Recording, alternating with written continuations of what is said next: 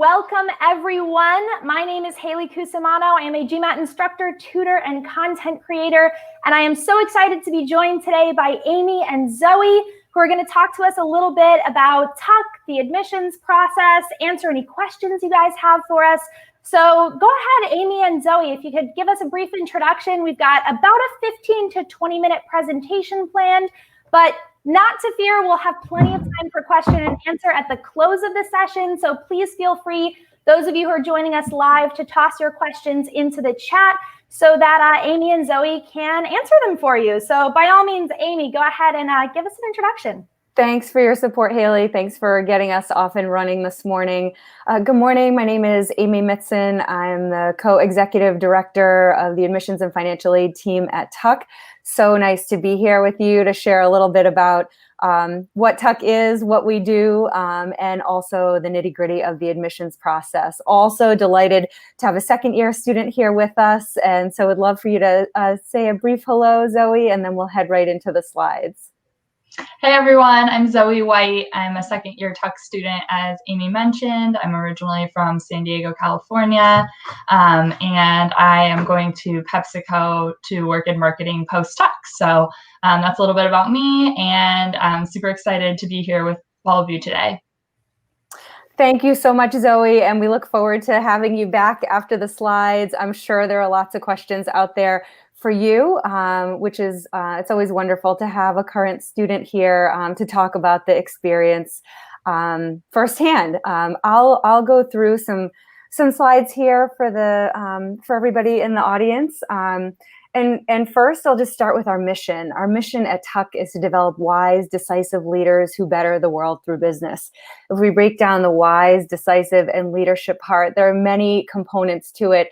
I think one of the most important things to articulate is as you explore and pursue your interests at Tuck, you really do develop yourself as a leader. Our dean continuously talks about the journey of leaders and defining leaders as people who are able to articulate a vision and guide others to achieve that vision, are able to achieve that vision with and through others.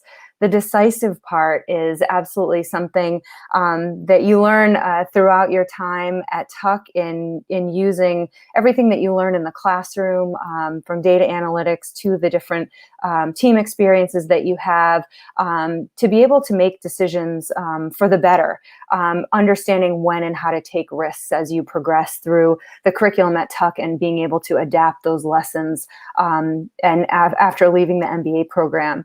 This mission is achieved through our core values of being personal, connected, and transformative. Personal refers to the scale of our program and the way we interact with you during your time at Tuck and beyond, even when you're an alum. Connected is the way you're able to connect with your entire class and the entire community at Tuck, as well as how the outside world connects to you consistently during your time in and away from Hanover. And transformative, that is the idea and the action that you will take when it comes to your future career goals and how you may want to transform yourself as a leader in your future career.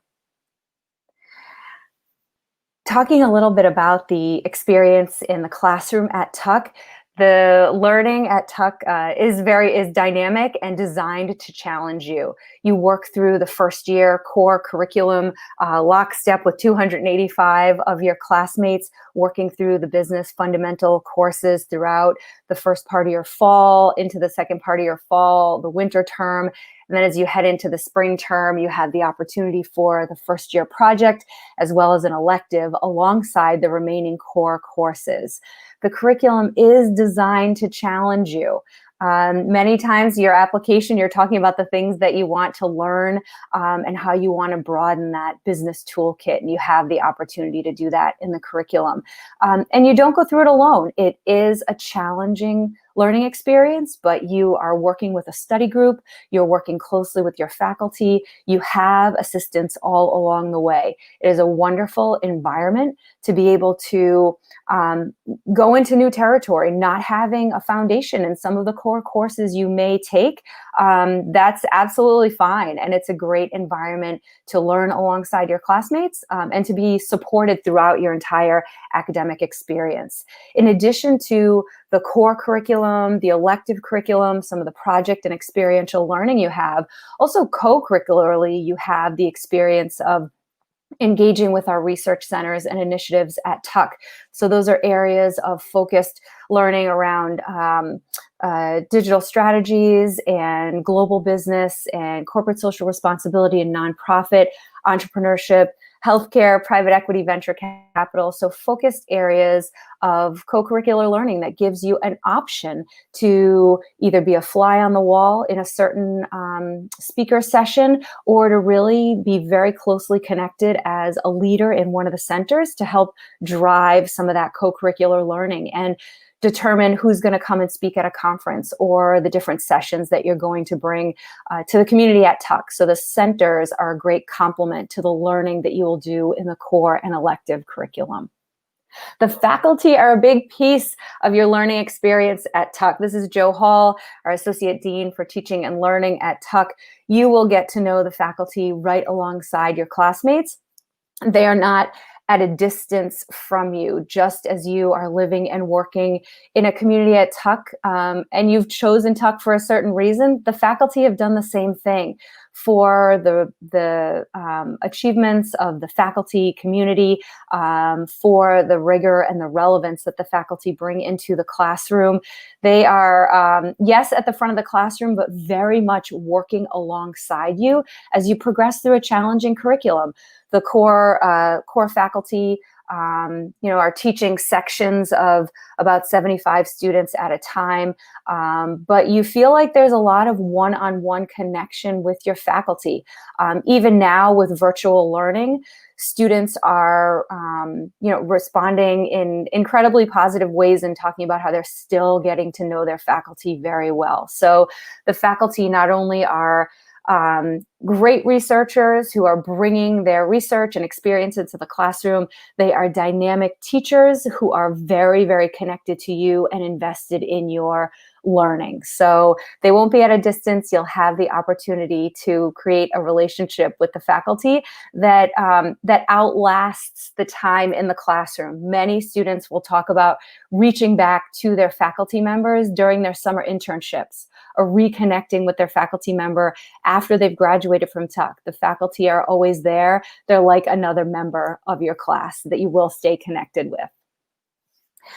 So I'll go into a few more specific opportunities in the curriculum, specifically here to start with the first year project. Learning at Tuck is dynamic, and you have the opportunity to test everything that you've learned in the curriculum and apply it to project work and experiential learning. So that specifically happens in this core course, which is the first year project in your spring term. Many programs have a type of capstone project in the first year, but the uniqueness of Tuck is the flexibility that you have with this first year project. So you have the opportunity to choose what you want to work on, choose the team that you want to work with.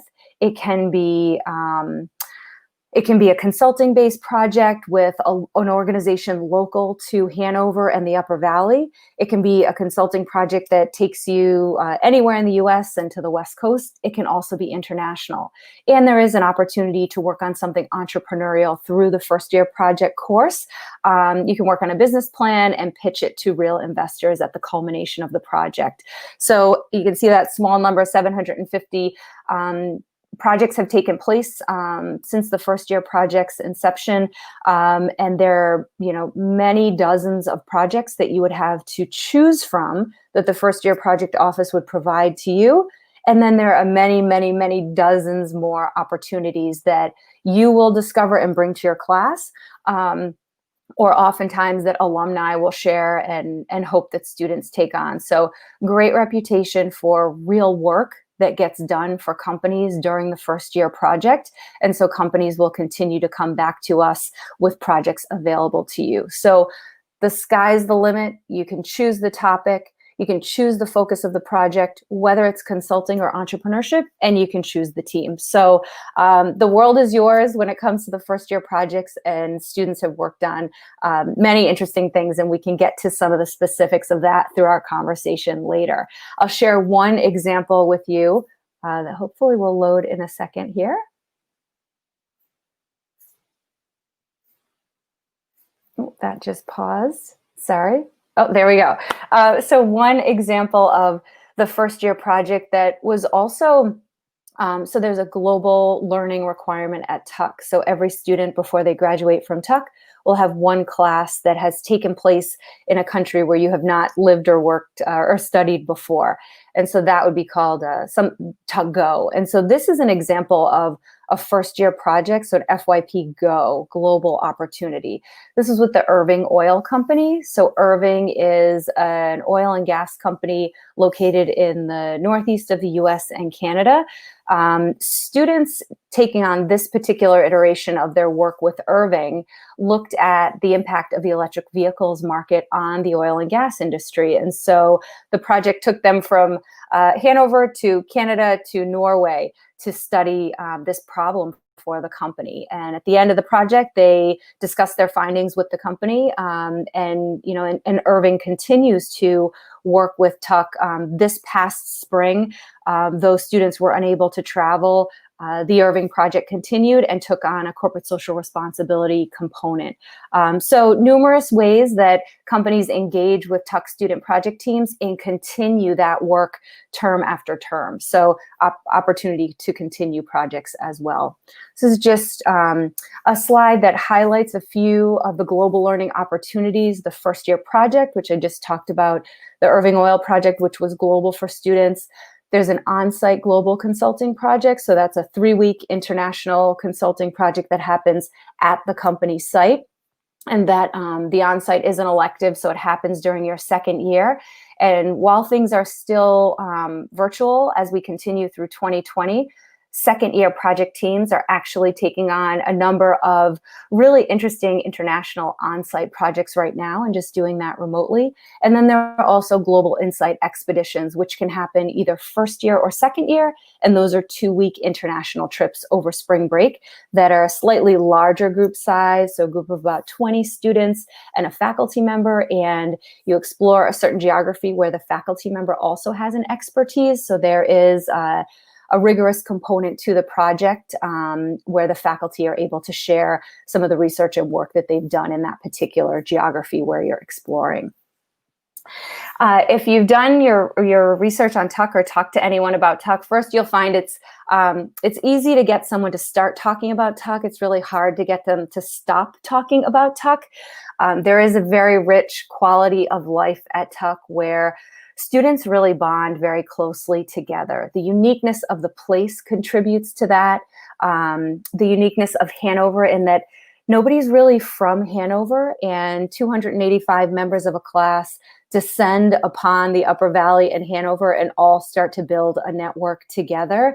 At Tuck, you don't retreat to existing networks.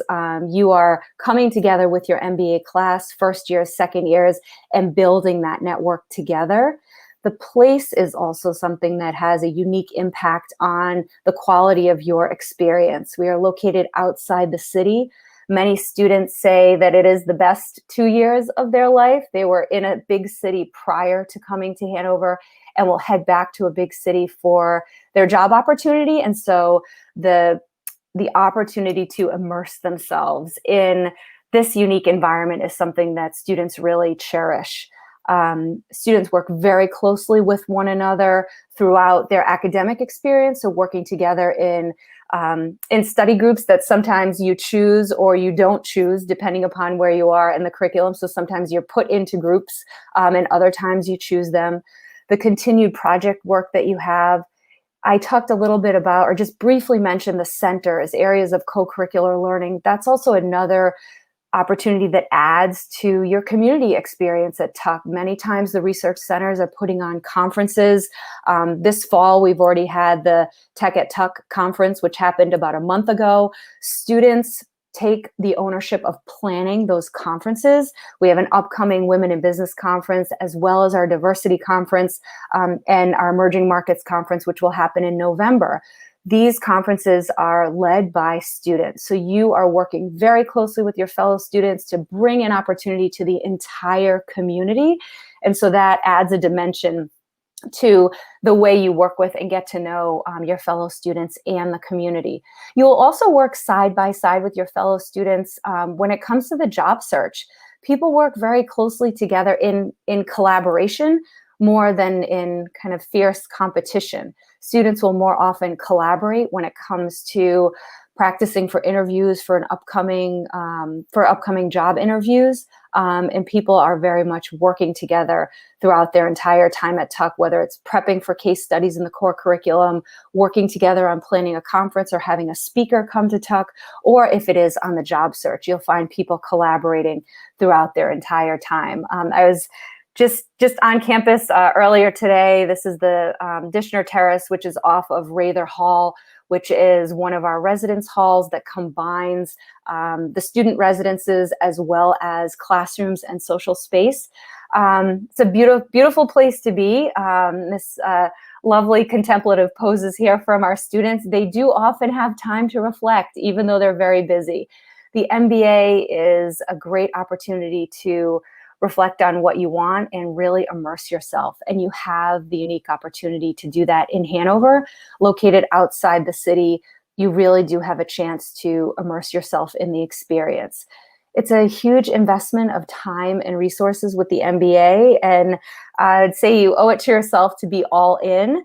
Students work closely together, as I mentioned, really working, connecting on campus, connecting with visiting executives, alumni who come back to campus, and all of those, the opportunities that go right alongside your academics when it comes to the job search and co-curricular learning.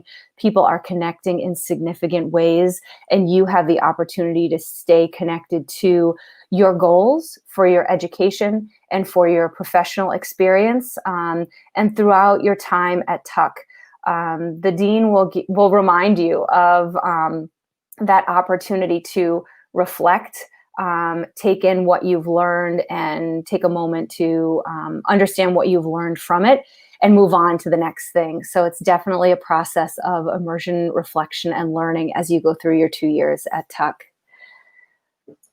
The connections that you make and the ability to immerse yourself, that happens with the visiting executives. It happens alongside your career search throughout your time at Tuck. And that transformative aspect of the experience is something that also happens with your career very significantly. Many students coming into the MBA program, as I'm reading applications now, people talking about the opportunity to transform their career and switch careers. Many students coming into the MBA program are thinking about switching careers, and some are thinking about enhancing their careers.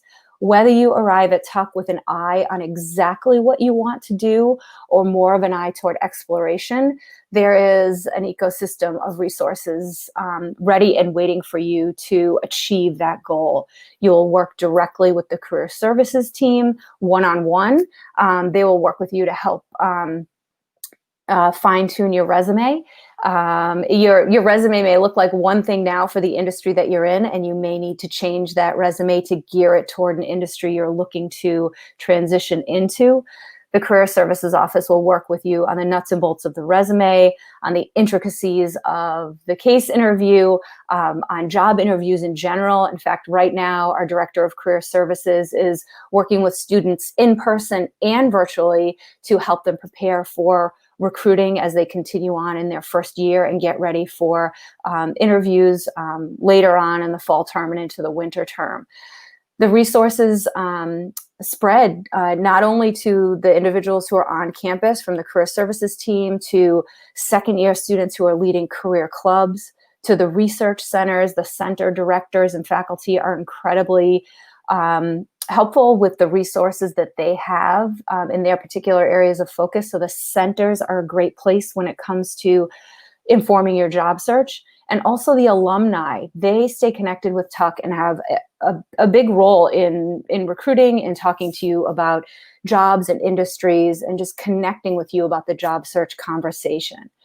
In addition to the resources, the resources that are available to you help you achieve your goal, and I think the results speak for themselves very loudly. We have 100% placement for students who are looking for summer internships and full-time offers, and some of the highest compensation amongst our peer schools when you head out to that offer after graduation.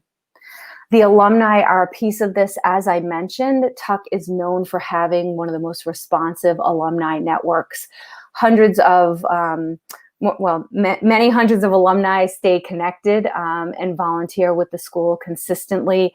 We have alumni all over the world, and they're available to you. You know, don't mistake size for strength. Tuck is a small program, and we've been growing slowly over 120 years. So the pure number of alumni reflect that. But the strength of the alumni network is outsized, I think. And people will return your phone calls and your emails and show up when you need help about the career search, about anything else. Alumni remain very, very connected. Alumni also participate in many of our conferences and will come back to campus not only as recruiters, but also to speak with you in faculty classes and meet with you in small and large group settings. So just as fellow students, faculty are accessible to you, alumni are accessible in the same way during your time at Tuck.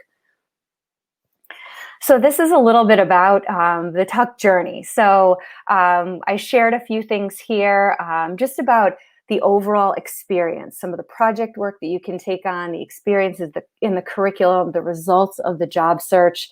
And, you know, I'll pause briefly before bringing Zoe into the conversation here to talk just a little bit about maybe what I'd call the nuts and bolts of the process. So at Tuck, we have 4 rounds of admission.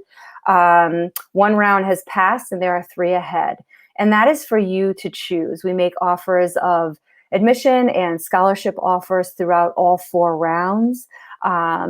You have a great opportunity in any round that you choose. Being ready for that is the key to it. So taking the time you need with your application is important. One aspect of the application process that the pandemic has changed for us is the interviewing aspect of the application process. In the past, we were able to set up a schedule and you would be able to initiate an interview anytime you wanted to come to campus. So that was totally up to you.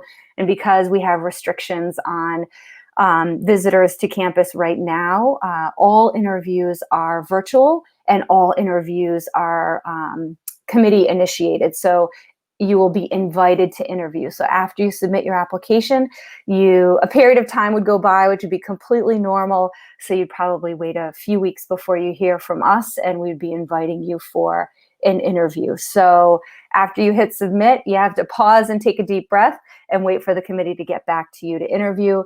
We have a team of second-year interviewers that we hire and train. That is no different from prior years. And the interviewers are, 99.9% of the time you'll be interviewed by a second-year student. They're hired and trained by the committee and evaluating your candidacy along our 4 criteria: smart, accomplished, aware, and encouraging.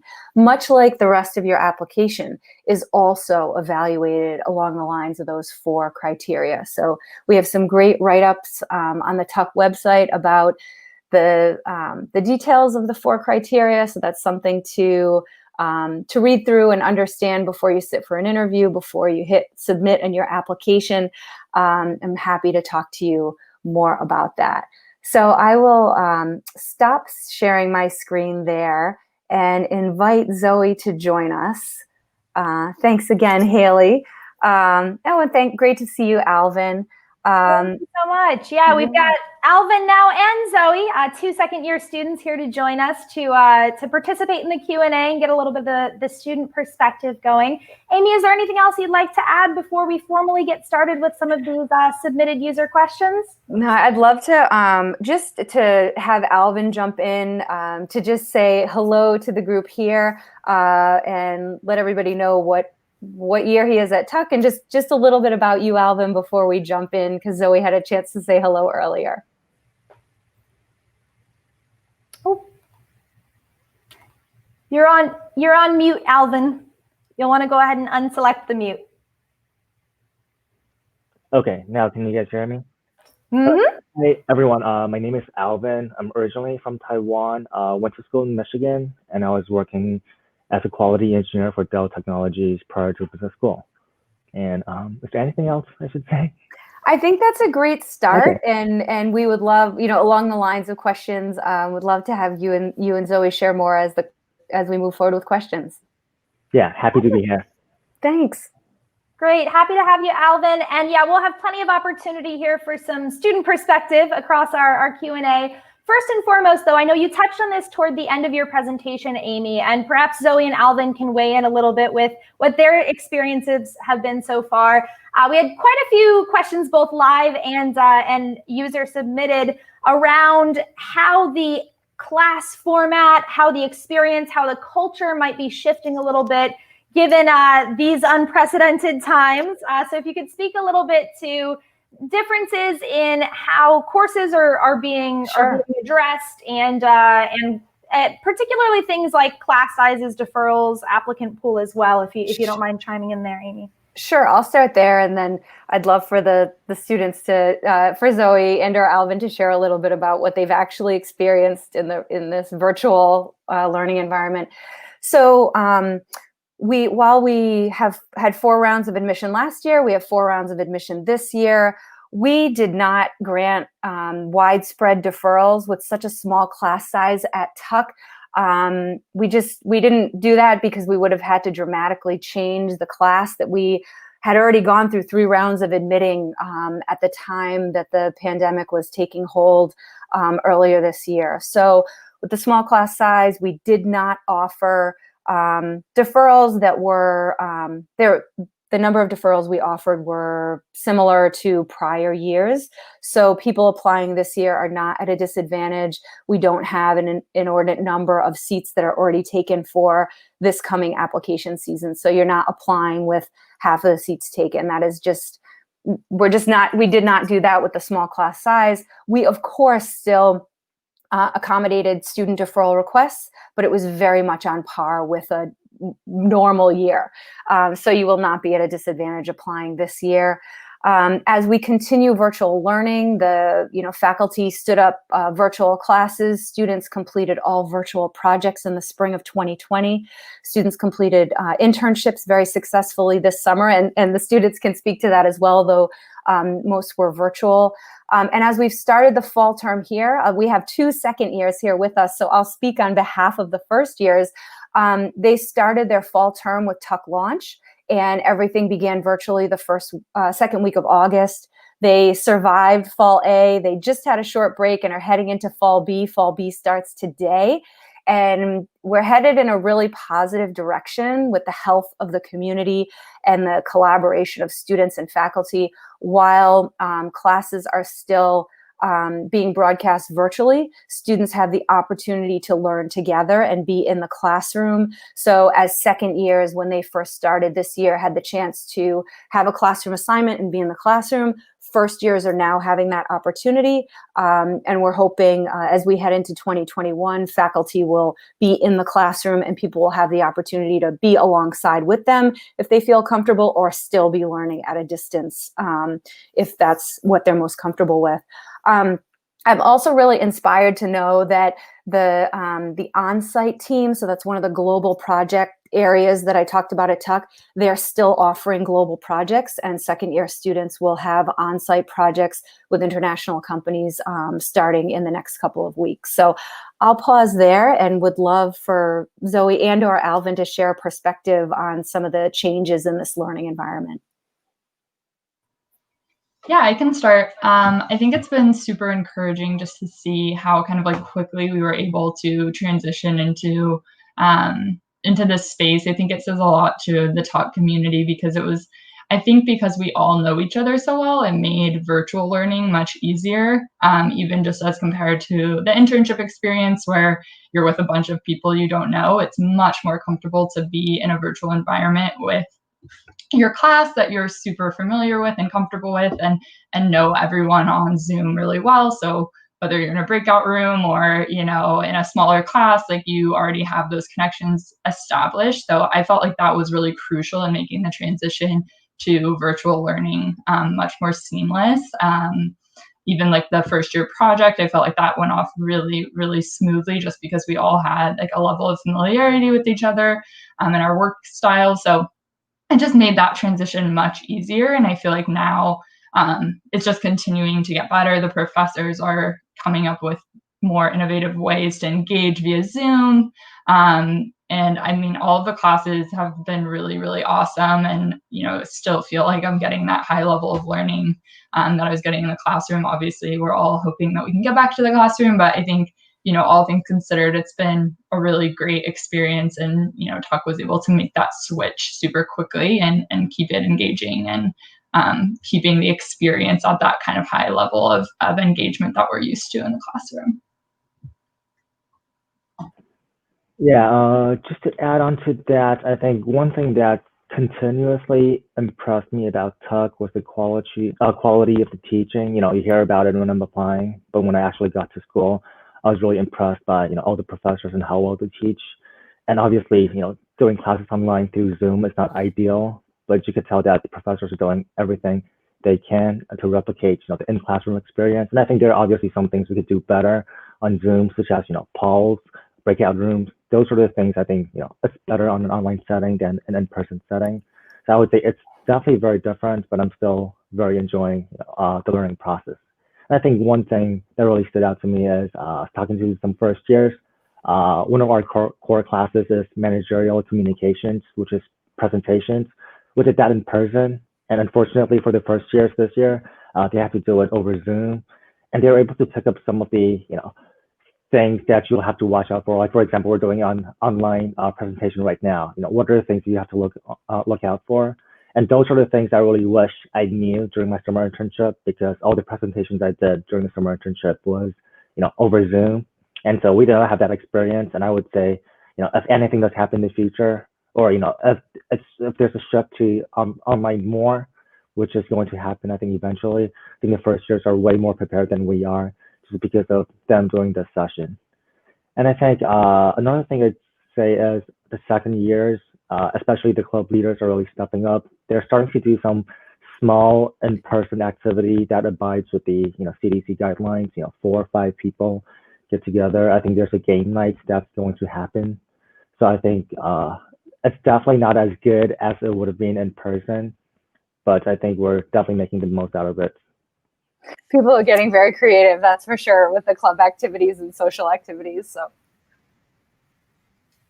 that's wonderful, and that's so cool to hear you guys' perspective, not only about how the change has been kind of making do, but also cases where there have been some perhaps unexpected advantages to forcing a little more technology into the classroom. So I've got another question up here that was actually both pre-submitted and several folks jumped in live to kind of inquire about. And it was specific to perhaps nonprofit, social impact, maybe government spaces. What does your placement, recruiting, networking look like specific to those types of programs? Is it a well-suited program for that?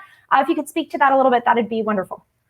Sure, I'll just jump in and say, again, with the resources in the career services team and the additional resources of one of our centers, which is the Center for Business, Government, and Society, which is the area for corporate social responsibility and nonprofit, students have had great opportunities not only in the curriculum to work on nonprofit and social impact in the government space, as the question says here.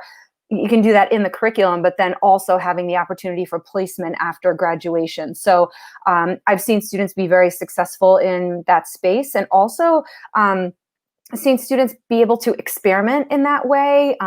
We also have the Tuck Social Venture Fund, where students are doing impact investing and working with our Center for Private Equity. So that's two different centers that would touch a similar topic. And also electives around nonprofit and social impact. I could say more about that, but if I don't know if Zoe or Alvin have had some direct experience with that, or wanting to share on behalf of other classrooms who classmates who maybe are placed in those areas. I can't speak directly to the recruiting, but I have taken a few of the social impact electives. I was in managing for social impact in the spring, and now I just started corporate social responsibility, which I have right after this session with Professor Argenti. So I found those to be super engaging courses. I really, really like the content. That's not my background, but I think they do a really good job of kind of laying the framework and helping you understand those concepts, regardless of your material. And I think another thing that really enriches those discussions is that you do have a diversity of classmates with different experiences, right? So there are usually a few people in the class, at least, that have had experience in that space and can help kind of further that discussion and bring people along to people like me who don't have that background to help us understand it and, give that perspective from their past experience. So I've really enjoyed those classes. I've continued to take more of them just to help, learn more in my second year. So I don't know about the recruiting space, but, the electives have been really, really rich in that space. Yeah, like Zoe, I don't have a lot of experience with nonprofits prior to Tuck, and I think that's definitely a pleasant surprise I got out of my experience at Tuck. Actually, my first year project, FYP Go, was actually working with a nonprofit, and also took a class with Zoe for managing social impact over spring. And I'm really impressed by the resources that the school provided, whether it was through the center, or classmates who had similar experiences, or Professor Stone. She was awesome. I really learned a lot from that class, and really got me thinking about how I could be more active and more involved in this nonprofit space, post Tuck. But in terms of recruiting, I'm afraid I don't have more perspectives to offer.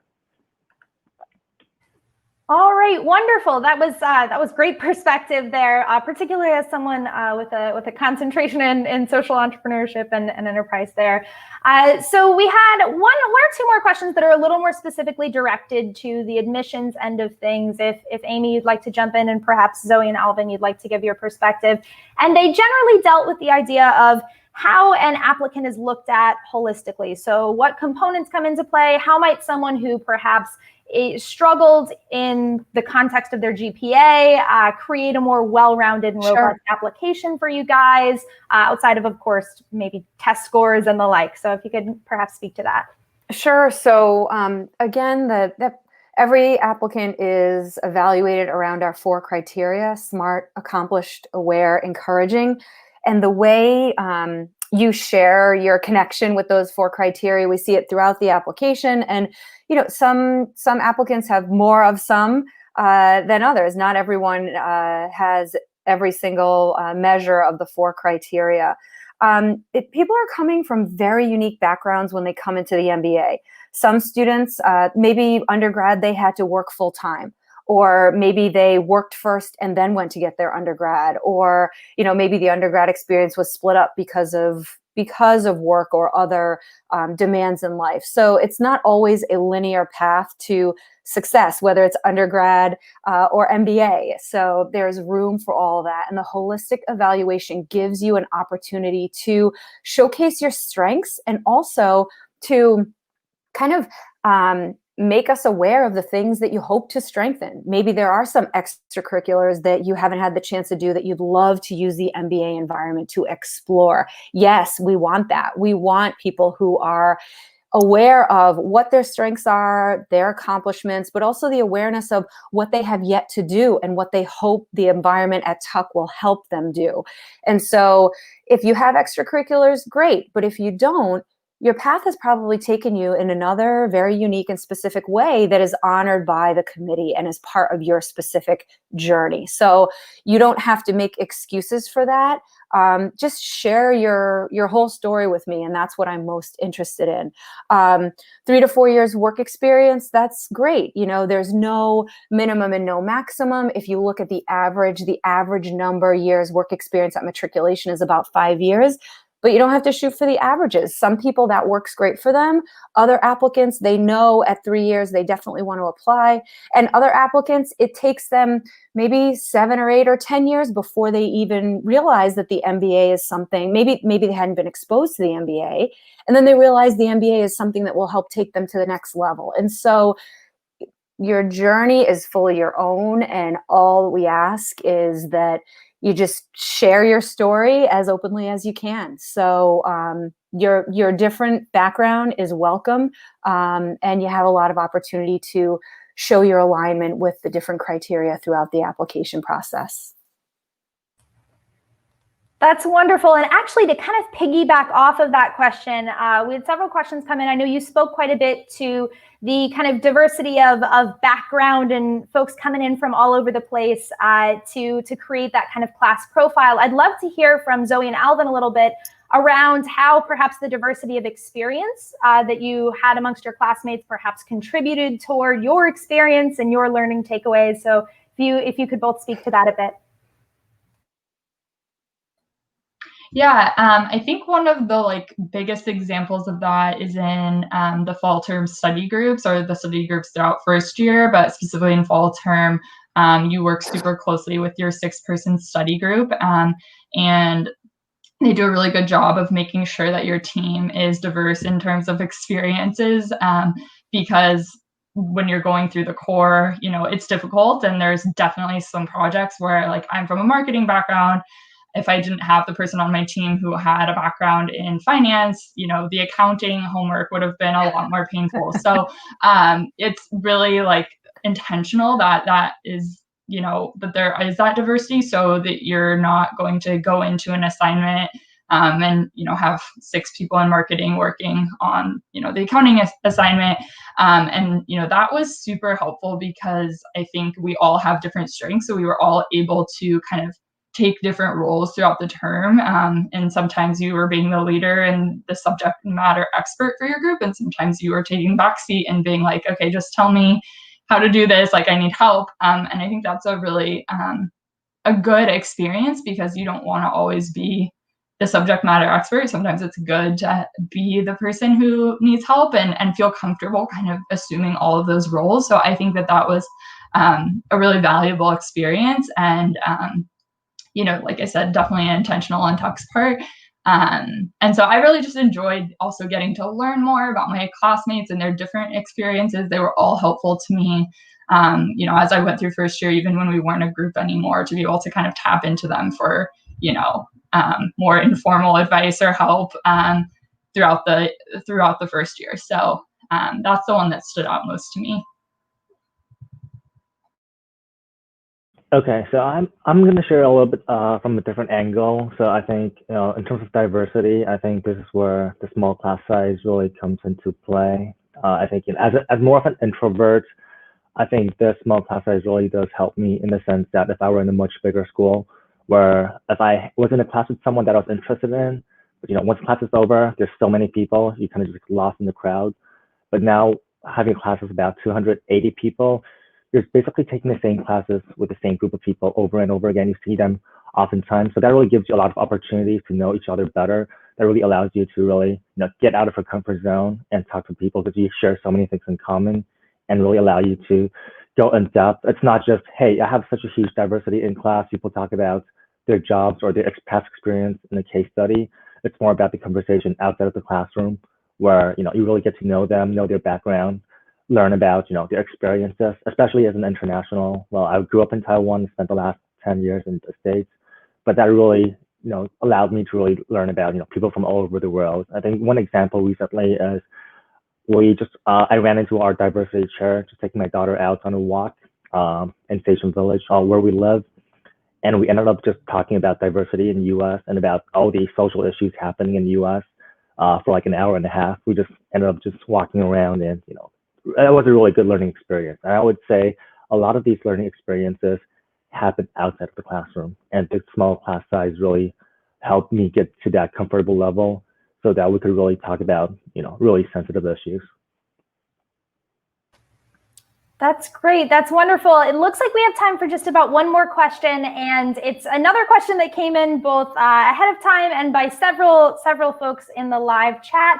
And it speaks to what makes both Tuck, the institution, and the surrounding area unique in terms of the culture. What was it in particular, outside of what you guys have already mentioned, that you'd like to speak to around your experience in both the area and the culture of the school? So whoever'd like to get us kick-started there. I don't know if Amy, you'd like to speak a little bit from your perspective, and then we can move on to the students. I think the student perspective is the one that the audience wants to hear most. But I will say, from working very closely with students and seeing students choose Tuck year over year over year, they're making a very deliberate choice. It's a unique environment. And as I said earlier, the size of the class, Alvin pointed that out, 285 students in the location outside the city. This is going to have a huge impact on your MBA experience, because you will have the chance to, just meet people when you're kind of walking to and from class or walking around the neighborhood, or if you're living on campus. Connecting with people in that close way brings about a level of engagement that is very unique, and that creates a foundation at Tuck for everything else you do from the MBA. That is why so many alums will talk about Tuck and use the word love. They say it's the 2 best years of their life. They wish they could come back and do it all over again. And it's not just for them as a student, but it's also for their significant others and their families, as Alvin pointed out. But those close connections create a firm foundation that lasts a lifetime. We have so many alums who will come back for reunion, alums who will continue to engage with current students, and it is a point of pride for them to continue to support Tuck. So the environment, the size of the class has a really unique impact on the experience that you'll have at Tuck, and you'll have every single great opportunity alongside all other top schools. But the smallness and the uniqueness of the place has an impact. And I hope I've left time for the students to say a word or two, please. Yeah, I would echo, what Alvin had said in his previous comment, and then also what Amy said. Our class president, Teo, talks about the Olympic training ground of business. He kind of likens Tuck to that. Not resonated with me having a sports background. He's like, people come to, there's a reason that, athletes go away and train in remote locations when they're training for the Olympics. It's kind of like you're all in.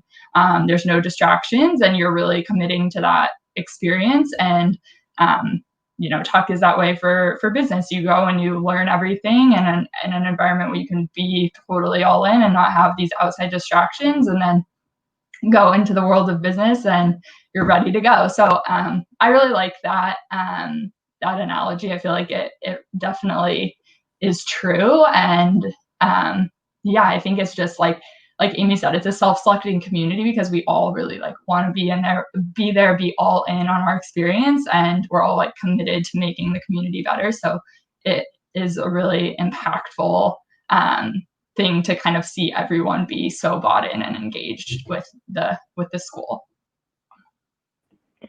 Yeah, definitely agree with Amy and Zoe over here. I think this is definitely one of the first things I learned, especially even before I came to Tuck. I came to visit for a mid-student weekend. I think what really stood out about Tuck compared to other events I attended was people are here for Tuck. Like, when people are here at Tuck, they really wanted to be here. I think someone told me that you don't accidentally end up in New Hampshire, right? You may want to go to Boston, you may want to go to Chicago, New York, but you just don't end up in New Hampshire by accident. So I think that's something that really stood out about Tuck, is the people that's here, the people that chose to come, they really wanted to be here, and they're here for Tuck. And I think, as someone who grew up in the city and most likely going to end up in the city after MBA, having the 2 years here, it's such an amazing experience. My wife, my daughter loves it over here. The outdoors is just amazing. And especially in times like this, during COVID, I think having such access to the outdoors here in New Hampshire, it's such an amazing experience. And thank you so much, Zoe and Alvin, for those the follow-up comments. And I'll just say, for any student, any prospective applicant asking that question of what makes Tuck unique, please reach out to us through our student ambassadors, attend some of our events. Now that side benefit of this this world situation where we can't travel is that there are so many opportunities to engage. So get in touch with us and let us know how we can help continue the conversation, because that is where you will discover what will make it unique for you. That's wonderful. It looks like that's about all the time we have. Amy, is there anything else you'd like to leave viewers with? Just that, continue to stay in today? touch, and just thank you so much for everybody being here this morning and everybody out there asking great questions. And thanks to our colleague Alina, who I know has been answering many, many questions out there too. All right, well, thank you so much, Amy, Zoe, and Alvin, and thank you so much for those of you who are joining us live. We hope to see you back in one of our many other exciting MBA Spotlight sessions. And in the meantime, thanks much. Thank you very much. Have a great day.